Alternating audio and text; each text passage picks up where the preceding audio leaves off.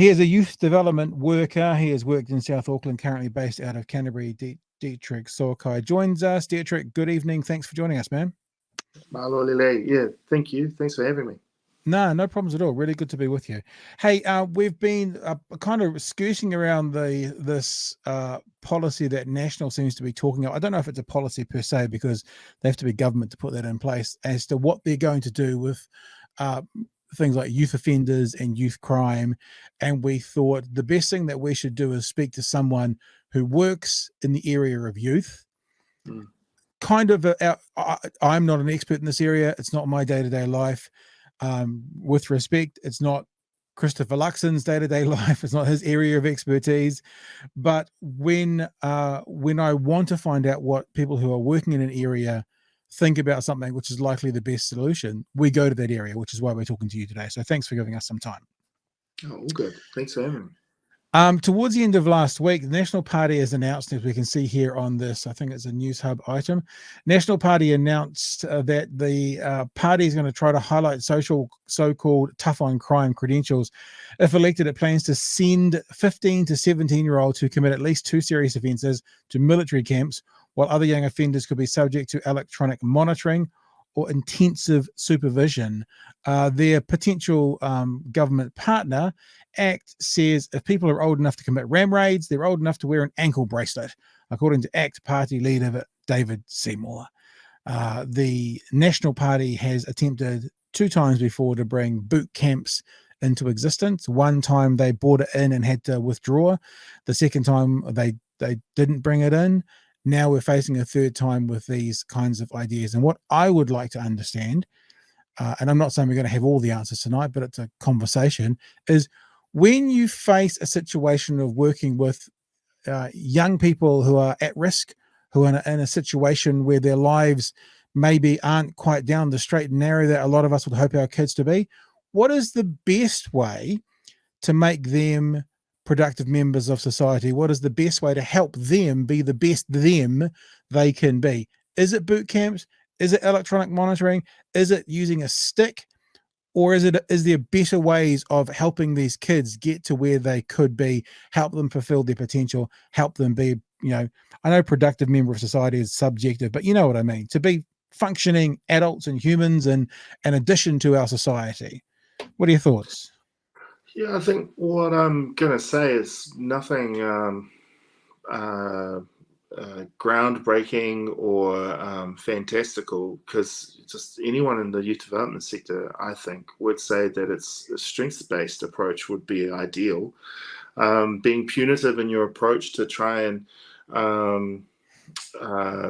deal with the issues and behavior that these young people are displaying isn't the way. And I, in some respects, I'm like, okay, playing devil's advocate, I get it. There's like this sense of, there needs to be consequence. There needs to be some kind of, they need to understand consequences.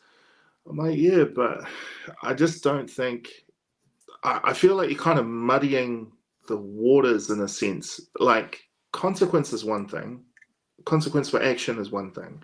But in terms of like a developmental pathway, at least from my perspective, and I'm only speaking from my perspective, yeah, a strengths-based approach is ideal because it's not deficit focused. I feel, and again, I just want to come straight off the bat. I haven't read into deeply into what National are thinking about doing or proposing. I don't know, but just from the little headlines that you've read, and just from I think RNZ did an article as well on it. This is very reactionary, right? And part of it is like, oh yeah, because there's real things happening. I get that. From my humble perspective as a youth worker, man, like the issues are systemic. The issues are not.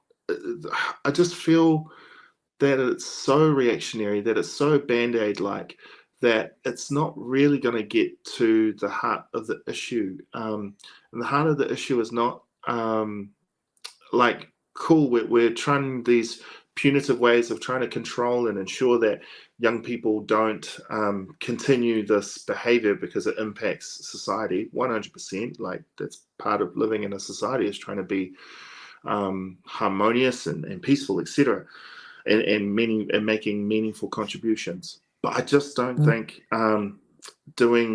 approaching things from a real punitive way is actually going to help, because it doesn't. What is it? I think it's Gabor Mate says, don't ask why the addiction, ask why the pain. I think we just need to, well, we just, there's probably many different factors and facets and ways of approaching things, which I think is, yeah, that's right, because humans are complex at their core. Especially our rangatahi, who are most vulnerable. They're coming from places that they have so much complexity that their 10-year-old minds, let alone they haven't even developed. Trauma is a thing.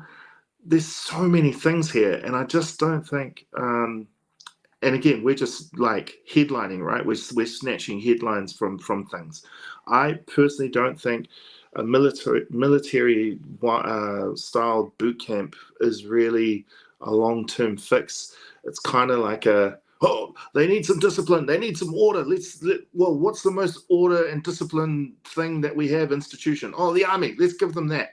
Like, that doesn't answer or give a meaningful response to the complexities that these young people are facing. And then the other argument is, but is it our role to be doing that? Well, yeah, good question. But if you're kind of suggesting that it is your role by putting this forward. You know what I mean? It's like, where's the talk about dealing with poverty? Where's the talk about dealing with trauma and systemic issues that are pushing our young people to these things? And, you might be, but, they've got a brain. They do the crime, do the time. It's not that simple, bruh. It's not that simple. These... and sad to say, some of our tamariki rangatahi mokopuna who are growing up in these systems are so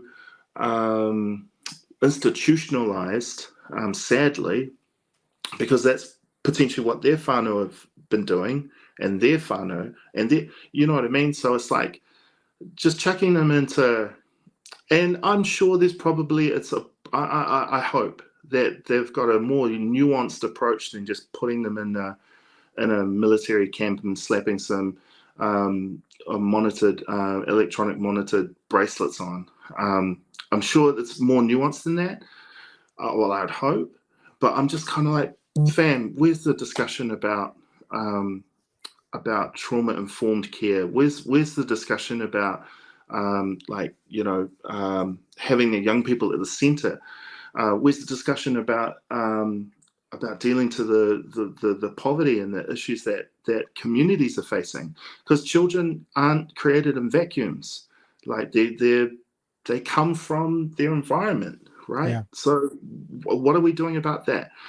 And again, I'm no politician, I'm no anthropologist or anything like that. I'm just saying from my limited experience of youth development and community work, it's like, why are we not trying to address these bigger issues? It's almost like, let's just hit the thing that's hottest right now. And it's like, dude, it's been hot for a minute now. It's been hot for ages. Like, we got to be smarter about the way we approach these complex situations. And then also a real fundamental thing to this as well, in my humble opinion, is the whānau. And I'm not even coming out here being like, it's the family's fault. I'm not talking about fault. I'm talking about like restorative, redemptive. I'm talking about like healing. I'm talking about these sorts of topics that I think should be like, why aren't we working through that? Yeah. Anyway, I'll stop talking. No, don't. Never stop talking, Dietrich. What you're saying is fantastic. I wrote down consequences, as you were saying, consequences. And I thought, what I see when I see politicians, people in front of cameras, certainly people of means and wealth, and people who have the ability to make choices freely because of the money they've got behind them, is they look to those in the areas of the people that we're talking about, and they relate consequences to how they see it. They relate consequences to like ankle bracelets. Whereas when I look at it, and I'm not an example of this, so I can't speak to it from personal knowledge, but I look to the consequences as in how their lives are. Like their consequences of their actions seems to be like, because they're saying there's no consequences. There's a shit ton of consequences, because the systemic issues around these teenagers, these youth, are affecting their every second of every minute of every hour of their life. That's a consequence. So it's not like there's no consequences. It's that the consequences aren't what these politicians want to see, but they're not acknowledging the other side of it, which is the massive consequences, even if they are committing ram raids, even if they are the kids that are the high offenders in their lives, in their world, in their existence. The consequences they face are extraordinary and debilitating. Yet I don't even think till we can understand, talk through, acknowledge the consequences they're already facing based on probably systemic issues, that anything's going to change. So if they could change their view slightly to thinking that consequences are an ankle bracelet, and maybe look and say, maybe the consequences are to do with, let's just pick an issue, their health, because of the environment they live in their house, because of how the systemic issues are infecting the whānau, people with worse health outcomes. That's a consequence. But these politicians seem to be wanting to look at, for want of a better word, almost this is a colonial consequence here, and this is what they should fit in with, whereas there are consequences, but they're not addressing those consequences, which is probably more effective to get the outcome that these politicians are actually looking for. Look, again, I would encourage anyone to do some research on this, so don't take my word as gospel. But what I've observed is when young people are institutionalized and introduced to institutions, more specifically the youth justice system and the criminal system, their likelihood of going further into the criminal justice system increases massively. I don't know the statistics on it. I just remember it's quite a high. The probability is like really, really high. Yeah. So you're going to go and chuck young people into this system that I would say a lot of people. Well, actually, hang on. That sounds real politician-like. In my experience, Yeah. there's the system's broken. The system's broken. So you're going to introduce them into a broken system to try and what are you trying to achieve by doing that? It's like it's so what's the word? It's not preventative measures. It's too far, it's too little, too late. Like, so what you're now going to try and ramp up, really put the heat now. It's too late, man. You need to go earlier. You need to be focusing on preventative measures, to give young people a sense of belonging, to give them a sense of identity, to give them a sense of, that they have something meaningful to contribute to the world, like all of these sorts of things, I'm pretty sure gang members could even tell you that in their own language, right? So like, why are we're so reactionary? And it's like, we as a society, as far as I can tell, we want blood. We want people to pay for what they do. You do the crime, you do the time, this sort of thing. But it's like, okay, do the crime, do the time, and then in that time learn how to do more crimes and do it better. Like, what are we up to? It's like, can we please have a conversation about healing? Can we have a conversation about restoring dignity and helping young people to see that there's an alternative way to the way that they're presented? All of these fear things about monitored bracelets and stuff. For some of our rangatahi, that's nothing new to them. They've seen their parents do that. Like, how is that fear? Oh, we're going to put fear. That's not putting fear into them. That's just like teaching them how to pick up more game and how to work the system some more to be able to to do whatever it is that they want to do. Let's talk about what's driving them to do that, like poverty, like all the other things that are like little tidbits I've said there. Like, can we please put the focus on those things, and more preventative measures? Yeah, that's yeah. So if we're trying to scare them straight, that whole scared straight idea about kids by being harsher on crime, if they're not scared of it, if they're not fearful of those consequences, then it's literally going to do nothing, which leads me to kind of think one of two things. Either the policies are horse shit and aren't going to work anyway, or what these politicians are actually saying is we just want to lock them up and throw away the key. Like, we actually want to introduce them to the system, and then we can get them off our streets and not have to worry about them. Now, that could actually be what they're saying, obviously, which I would reject vehemently. But when you're talking about putting people into a broken system, I was thinking it's like you're putting broken people into a broken system. And how can you expect an unbroken person who's already broken going into a broken system to come out the other end unbroken, other than, as you say, being more broken? Even Bill English, before he left politics in the after about 2011, referred to prison as the university of crime. You go there, you upskill, you learn more, and as you say, if youth detention and youth consequences are a funnel for prison, then if that's not the outcome you want, politician, then why would your big policy announcement, why would your driving force to get elected be to put them into that system that's going to make that outcome more likely? It seems ludicrous when you say it like that. Yeah, and it just seems whack. It seems whack that you would want, I want justice from a 10-year-old. Yeah. But they've done like adult crimes.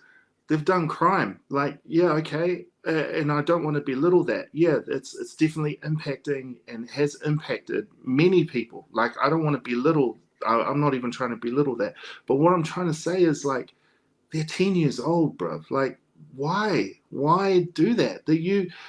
I would never want my 10-year-old son, if I had one, or 10-year-old child, to go through that, because I think any parent, like, I would assume, who has their head on straight would be like, that ain't the one. That's not the way.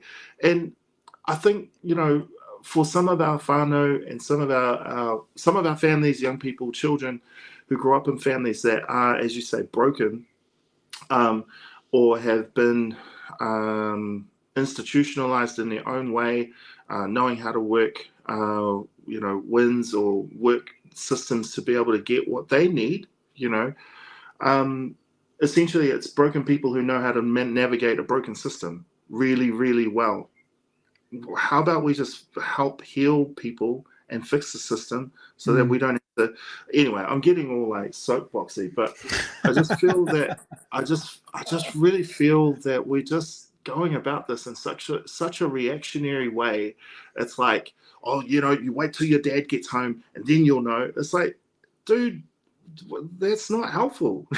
Like, oh, cool, we're gonna put ankle bracelets on them, and almost like a what do you call it?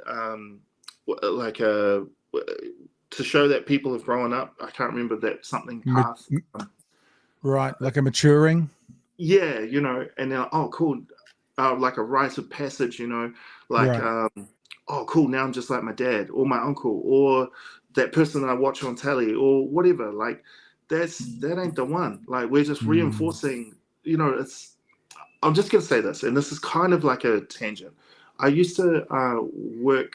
I've worked with young people in various different modalities, let's say, and one of the spaces was around mentoring.